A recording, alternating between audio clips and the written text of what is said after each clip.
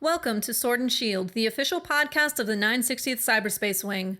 Join us for insight, knowledge, mentorship, and some fun as we discuss relevant topics in and around our wing. Please understand that the views expressed in this podcast are not necessarily the views of the U.S. Air Force nor the Air Force Reserve, and no endorsement of any particular person or business is ever intended.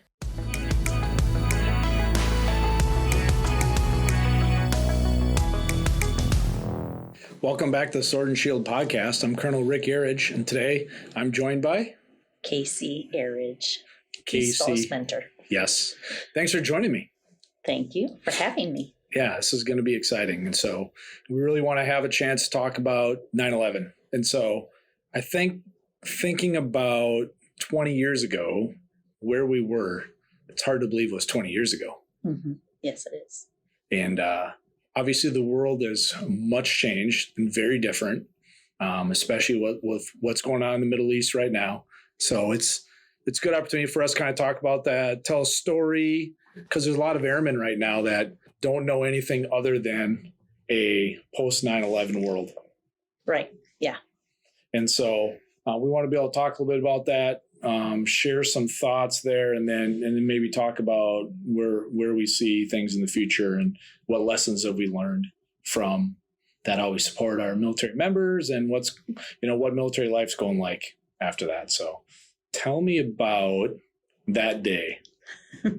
Well, it was a beautiful day, and I was at work, and I worked for the Department of State as contractor in Roslyn, Virginia. And I was working, and we had seen something on a TV, something about an attack in New York City, that there had been a plane crash, and wasn't really sure what was going on until I got a phone call from you that kind of clarified that it was an intentional thing. And then we were trying to figure out, what do we do? Yeah.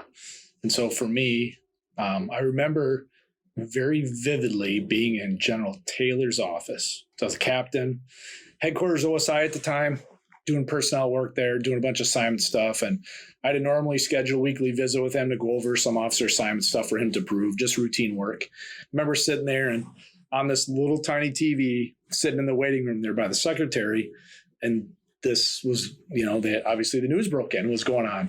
And I said, what? I just walked to the office and I asked her, I said, what's going on? She said, they said a little airplane just hit one of the towers. I was like, sitting there a little longer. And then it's like, man, are we going to meet?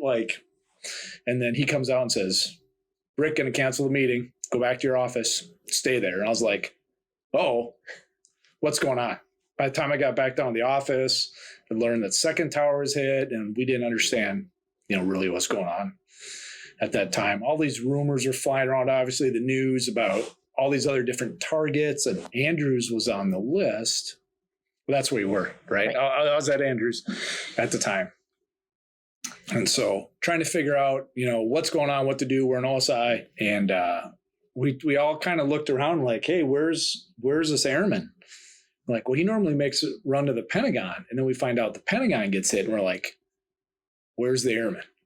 And about 10 minutes later, he comes bebopping back into the office. He's got headphones on. He's listening to his Walkman or his iPod, whatever it was. Listening to music. He's like, what y'all doing? Standing around the TV. And he had no idea. He had just left the Pentagon doing the Daily Mail run, and he had no idea what happened. And he was like, whoa. He's like, I was just there. Like, an hour ago, I just walked through the E-ring over on the Army side, picking up the mail. And so pretty surreal situation there. And then we were trying to figure out, after the Pentagon, OSI, obviously, very involved from an intelligence, counterintelligence perspective.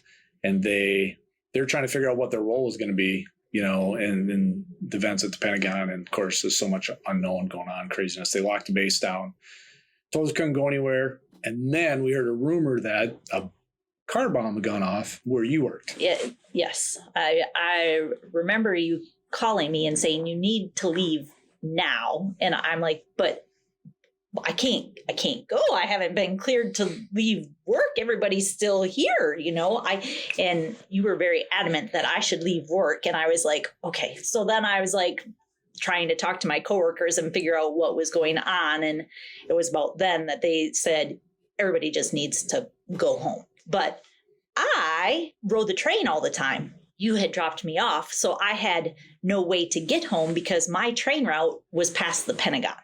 And so I couldn't take the metro to get back home because the train had been shut down. And so I had a coworker that was very kind to offer me a ride. He could get me almost all the way home. And we were about eight miles from where we lived. And that drive took us 3 hours to get to where I could walk to get home. And then I got home and realized, since we always rode together, that I did not have a set of house keys with me and was locked out of the house. So I spent the afternoon sitting in the yard listening to a very, very quiet sky over Washington, D.C., which is very unusual. There was always a lot of air traffic. And at one point I walked down to the Burger King, get something to eat and drink, and I kept trying to call our family back in Minnesota to let them know that we were okay. But the cell towers were all jammed with everybody trying to call. And I couldn't hear from the last I had heard from you was that you were locked on the base. Jacob, who was 2 at the time, 2.5, was locked on the base with you. And so there was nothing I could do. I could just sit there, and I couldn't reach family.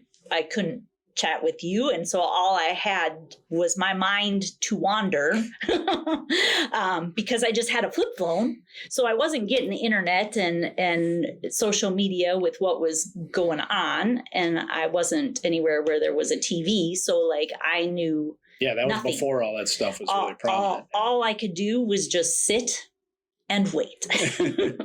And so that's what I spent the vast majority of the day doing, was just sitting and waiting.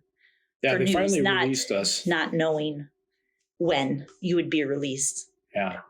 So I remember they released us, I don't know, 2:30 or something, early afternoon.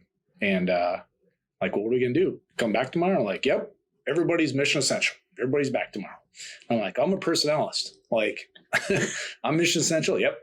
Everybody's mission essential. We were in blues every day at the time. I think that's the last time that I wore blues every day. Since then, it's been in, some combination of this on a regular basis. Many of our airmen don't realize that. We used to wear blues all the time. That was a thing. And so now, that was BDU time prior to ABU.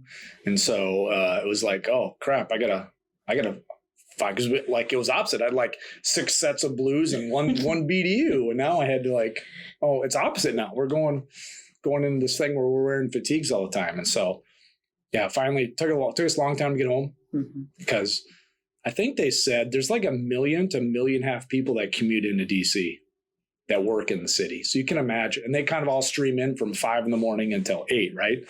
You imagine them shutting the city down and making everybody leave at the same time.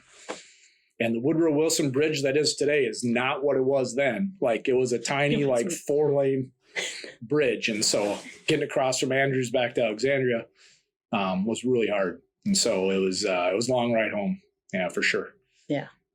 And I remember you telling me the story because I wasn't with you, but as you drove across the Wilson Bridge, Jacob was on the side of the car where he could see the Pentagon, the fire, the flame, the smoke coming out of the Pentagon. And I recall you telling me that he had asked you what that was. Yeah. And I basically said, when you're older, we'll find out and we'll talk about that. So remember just spending time glued to the TV and watching, trying to understand it and figure out what was going on and why. Really confused. Yeah. And I think we realized at a certain point that we had spent way too much time focused on trying to figure out and follow it and watch what was going on, because one night we were sitting there and Jacob built a stack of Legos, and he had built 2 huge towers, and then he took his airplane and he smashed the airplane into the towers. And we're instantly like, okay, time to turn the TV off and walk away and like focus on something else, because we realized how it was impacting him and that he had was doing something like that. Yeah. So for our generation, I mean, it shaped us. It's probably similar to our parents' generation of the Kennedy assassination, maybe, where really the first time all that stuff was kind of broadcast live, and trying to understand if it makes sense of it was really, really awkward. But I remember like, hey, man, we got to, like they said, the gate's going to be backed up. We're doing all these searches for the next day. Like it's back to work. Like, and I don't remember if you went back to work right away or whether you stayed home a few days. I don't know that I did. I think I stayed home a couple of days. Yeah, because, well, you know, I went back right away. And so I remember leaving the house like 3 a.m. and like sitting in line to get in the base for like 3 or 4 hours. It was multiple hours. I remember that it took you a long time, those first few days to get in and out. So if you've been stopped at the gate for a random anti-terrorism measure where you have to pop open everything and they look at everything, can you imagine that for every single vehicle going in the base? Like, that's what it was. And it was really, really just long and stressful and anxious and stuff. And then eventually when you went back to work and Jake was going to daycare on base, like I had to take him with me. So we'd have snacks and breakfast and lunch, you know, before I even dropped him back off at daycare. So it was an interesting time for sure. And of course, OSI, you know, the FBI took lead on the Pentagon. My boss was an OSI agent. And he's like, see ya. Like, he got called down to the Pentagon. I didn't see him for 6 months. And he was down there working. And so just life changed, you know, in an instant. Yeah. And the one thing that I remember was that, you know, we hadn't been in Washington, D.C. all that long. We had arrived in Washington, D.C. in February of that year. Yeah, it's about of 2001. So we hadn't been there all that long. We had been downtown, but there was a ton of events that we were so excited to be in town and live there and be able to see, like the Christmas tree lighting and the Easter egg roll and all of that stuff. And White House tours. And the tour of the White House and all of that, like, stopped. And having you in OSI, like I'd be like, well, I think I'd like to do this. And you're like, I've seen a briefing. I can't tell you the details, but we're not going there. And I'm like, so I left when we left Washington, D.C., I was sad to have done so solely because there were so many things that I had hoped to take advantage of while we were there that we didn't get to do. Yeah, we did get to do one, I think, right before we left. Didn't we go to the lighting of the Christmas tree one year? Yes, right before we left. Right before we did. left, yeah. We did go down and do a Christmas tree lighting.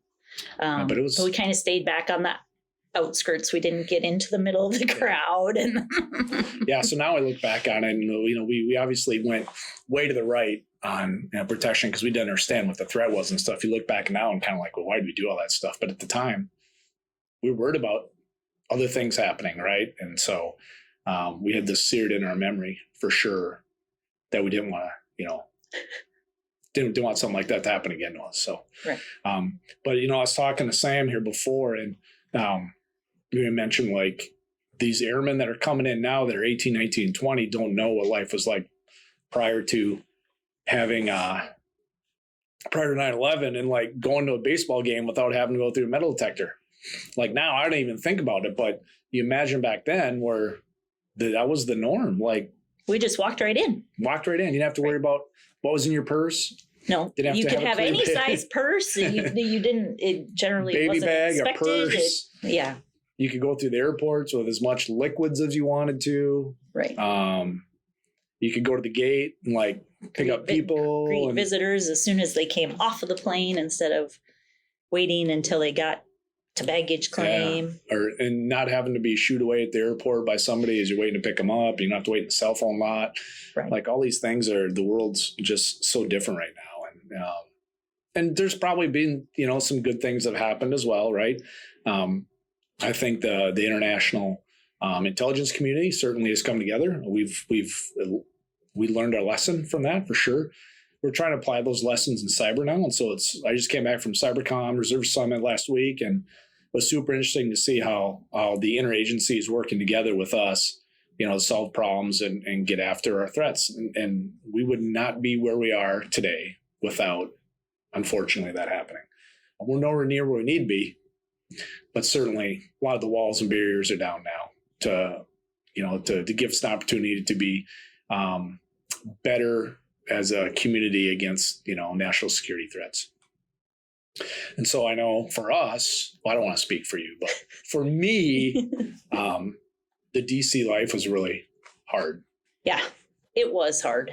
And especially after that, I don't know that we didn't really meet people that were around us a lot. And there wasn't a lot of things because everything got locked down. I mean, for the longest time, it's a little bit like the pandemic. It was kind of like the pandemic. Yeah. I mean, you couldn't get into any of the Smithsonian's. You couldn't get into the White House. You just weren't going big anywhere. Public events the big public events weren't being held. Yeah, it is kind of a lot like the pandemic. Yeah. So we had to find other activities to do. And I know we went to the mountains and took trips and tried to find some other activities. But I think we decided that that's when we joined the reserve. Yeah. A couple of years later. Yeah. And so we took the opportunity to join the reserve after that. I don't want to say it's because 9/11, but there's a time where we were going to maybe this was it. Last assignment, get out, go do something else, do something in industry, move back home. And it, at least for me, it helped me make that decision to continue to serve. Well, and I think there was a period of time there too where Jake was almost an only child, because I'm like, how can we bring more children into this world with as crazy as it is? And then, we got 4 or 5 years post 9/11, and I'm like, oh, but he's going to be lonely, kind of forgetting about that I had said all that craziness and I didn't want to do that. Then I thought about him being lonely. And so yeah, I mean, it was just a crazy time. Yeah. And I think the operational tempo has significantly changed, obviously, from then. I mean, I remember before, you're talking deployment, very few people ever deployed. Obviously, post 9/11, most people got multiple deployments. And now we're starting to wean those down as well with what's going on currently in the world and the shift in our national security strategy. But it completely shaped an entire generation of, people and families and how we handle deployments and where people are going and, burn people out. I mean, there's special operators that done 6, 7, 8, 9, 10, 11 deployments, and what that toll has done, to them and the family. Yeah. Yeah. And I think back and I think there were some trials of the Key Spouse program going on around that time, but the Key Spouse program didn't really exist in its current state then, but it sure would have been nice to have it then, to have, to be checked on to see how everybody's going and have that network, kind of like we have now, where when things are happening, we can call and check. And that's definitely a time that I think back to, man, that would have been nice at that time to have that network of other spouses that are going through the same thing and not knowing. Yeah, just connecting with people and kind of like, the pandemic here. I think that's another lesson we learned, connecting with people is really important, and giving them an opportunity to talk and listen and just be engaged about their concerns and feelings, and making sure the units I feel much more connected to my unit in the past since post 9/11 than I did the first, 7, 8 years prior to that. It was a little bit just different. I don't know how to explain it. Yeah. And so hopefully we continue to learn from these lessons and move forward with how we, treat people and stay connected. And mission wise, certainly want to never forget, what happened and the lessons we learned from that, and take that into our everyday lives. And we're just not going back on some of those things. You're not going to be able to go to baseball game or football game without going metal detectors ever again. And so I think we just accept that, move on, and take the best of it and get rid of the worst of it, and continue to press on. But it's interesting, looking at our kids, knowing that they don't know any different, and they're doing fine. So, well, maybe doing fine in our case. Any closing comments or thoughts? No, I guess it was a really trying time, just being so unsure of what was happening and how long things were going to last, and nobody really had any ideas, and I really didn't connect it to kind of what's been going on with the COVID until you brought it up. But it is a very similar situation, and we managed to get through that, and I'm sure we'll get through this. And it's going to be it is trying. Everybody, we thought it was improving, and now we kind of got a little setback, but I know we'll get through it, and just like we did that, and we'll learn some lessons, and we'll move on. Yeah. There's fear, anxiety, depression. Hopefully we see a little bit of coming together as a community to try to solve this and attack it and not let it, completely destroy who we are as a culture and just around the world, and making sure people have opportunities to and access to the healthcare they need, and that we're taking these lessons really learned and, not having another pandemic. And so I remember being at the VA, when I was working there, we're doing pandemic flu planning. This was back 2006, 2007, 2008, 2009. Like, what happened to all that? Like, we just forgot that and lost that muscle movement. And we can't do that. We got to continue to get better and certainly take care of our families and our units the best we can. So I appreciate everybody listening. I think this has been a good discussion. Thanks for your time, Case. You're welcome. There'll be more to follow. I think we have another podcast coming. It's going to talk about some more stories about their 9/11 experience as well. So thanks again for listening. And until next time.